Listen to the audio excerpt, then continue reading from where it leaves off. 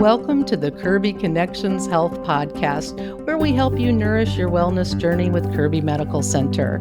I'm Amanda Wild, and in this episode, we'll talk about injury prevention for all ages with athletic training coordinator and CrossFit coach Crystal Green. Crystal, great to have you here to talk about this healthy living essential, injury prevention. Thanks for having me. Happy to be here. To the heart of our topic, what are the most common home injuries across different age groups, and how can they be effectively prevented? Well, I think for kids, it varies just depending on falls and things like that. But if we're looking at more the adult population and elderly, I think it's more backs and shoulders and things that we don't always tend to warm up before we do a chore or something like that at home. So backs and shoulders are probably the most common. On occasion, we'll see ankles too, just getting around the yard or doing landscaping or things like that. On those unstable surfaces, we kind of see some common ankle injuries too. And can you explain the role of ergonomic design in preventing workplace injuries and maybe some practical examples? There's a lot of ergonomic desks and chairs and things like that now. And I think Kirby really takes advantage of that, and a couple of other organizations I've been with as well. But those things just help to put your body in a good functional position and try to be able to make you comfortable in holding those positions for a long period of time. Thinking obviously with mostly seated office type positions and things like that are more of our behind the scene folks rather than necessarily nurses and doctors on their feet. But even then, that kind of brings to mind different mats and flooring and things like that could be considered ergonomics too. And really, we can't underestimate the effect those ergonomics have on us day to day, correct? Mm-hmm. Yeah, and it's one of those things that it helps you day to day, but then long term as well. I think that you can see that if you use those over the long term, sometimes you may work out of an injury or just not have the same aches and pains that you would have if you didn't have access to those. Now, for prevention, how does proper warm-up and stretching specifically help in injury prevention during everyday activities like gardening, lifting kids? I think if you could get into the habit of some type of stretching, maybe even in the morning, those type of warm-ups just help get joints, especially kind of primed for certain movements and maybe even more unexpected movements. I'm thinking things like twisting in the back and even shoulders and stuff like that with picking up kids, that are kind of squirming around.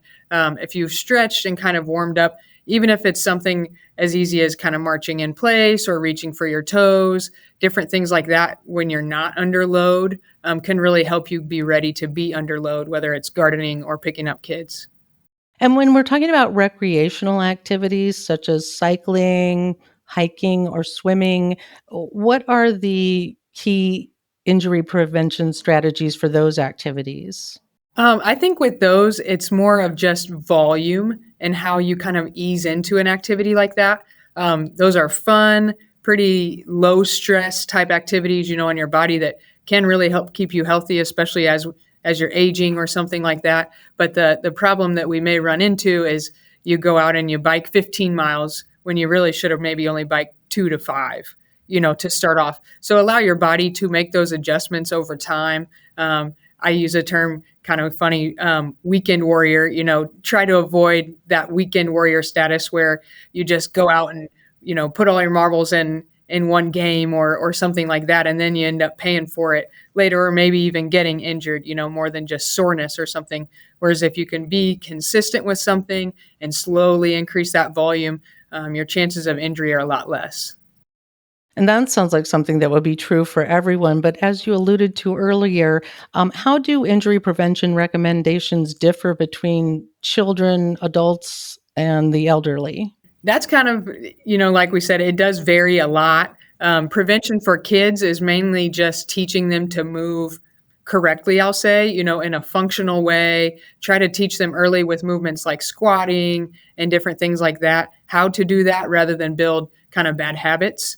And then as far as adults, similar things. You just kind of take into consideration where they are in their journey.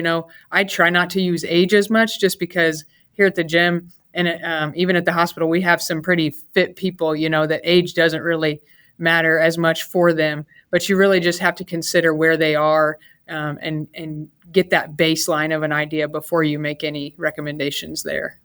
So it sounds like injury prevention strategies can be personalized. And so, how can individuals assess their personal risk factors effectively? I like to base that more on if you've had any past injuries or limitations set by a physician for one reason or another, and kind of go from there. I'm thinking kind of the back and shoulder again. Have you had any surgeries, any car accidents, or things like that, where we may set up some of those limitations, still get you through as much as you can, and think of that lifestyle and living how you choose to, but safely at the same time. Another one would maybe be wrists. Even wrists or ankles, kind of back to those joints that we use often with daily chores and stuff like that. You can even get braces and things that allow you to still be functional and safe, but protect those areas. We talked about the workplace ergonomic designs. At home, are there specific protective equipment guidelines that are recommended for recreational or home use to prevent injuries? Yeah, I think with a lot of that, to prevent falls would be things like thresholds, make sure that there's not bumps and things, easy transitions between rooms. With steps, make sure they're a good height, something manageable for kids and or elderly. And then also with those areas, potentially railing and stuff like that, that allows for that assistance and help with balance. And then maybe even in the bathroom, around the stool, and showers and stuff like that. Any type of handrails can be very helpful for balancing and allow for those ergonomics at home. Those are great tips, Crystal. And I was just going to ask you that if there were some easy to implement changes that can be made to make homes safer, especially for elderly family members. Is there anything you want to add to that list? Just kind of those rails especially, but knowing your limits as well. I think that's one thing that's hard no matter what age you are, especially if you're living alone and different things like that. I'm thinking with the elderly is just don't try to do too much. Be willing to ask for help and use those assistive things like rails and different thresholds, and kind of get out ahead of things to help with that prevention, even when you may not think that you're at that point yet. Yeah, so really keep your expectations real and always keep moving. Yep. Well, Crystal, thank you so much for all of this great information and the great tips for injury prevention. That'll help us keep living our best lives. Thank you. Crystal Green is an athletic training coordinator and CrossFit coach at Kirby Medical Center. For more information, visit kmcactive.org. And if you found this podcast helpful, please share it on your social channels and check out our entire podcast library for topics of interest to you. Thanks for listening to Kirby Connections Health Podcast, presented by Kirby Medical Center.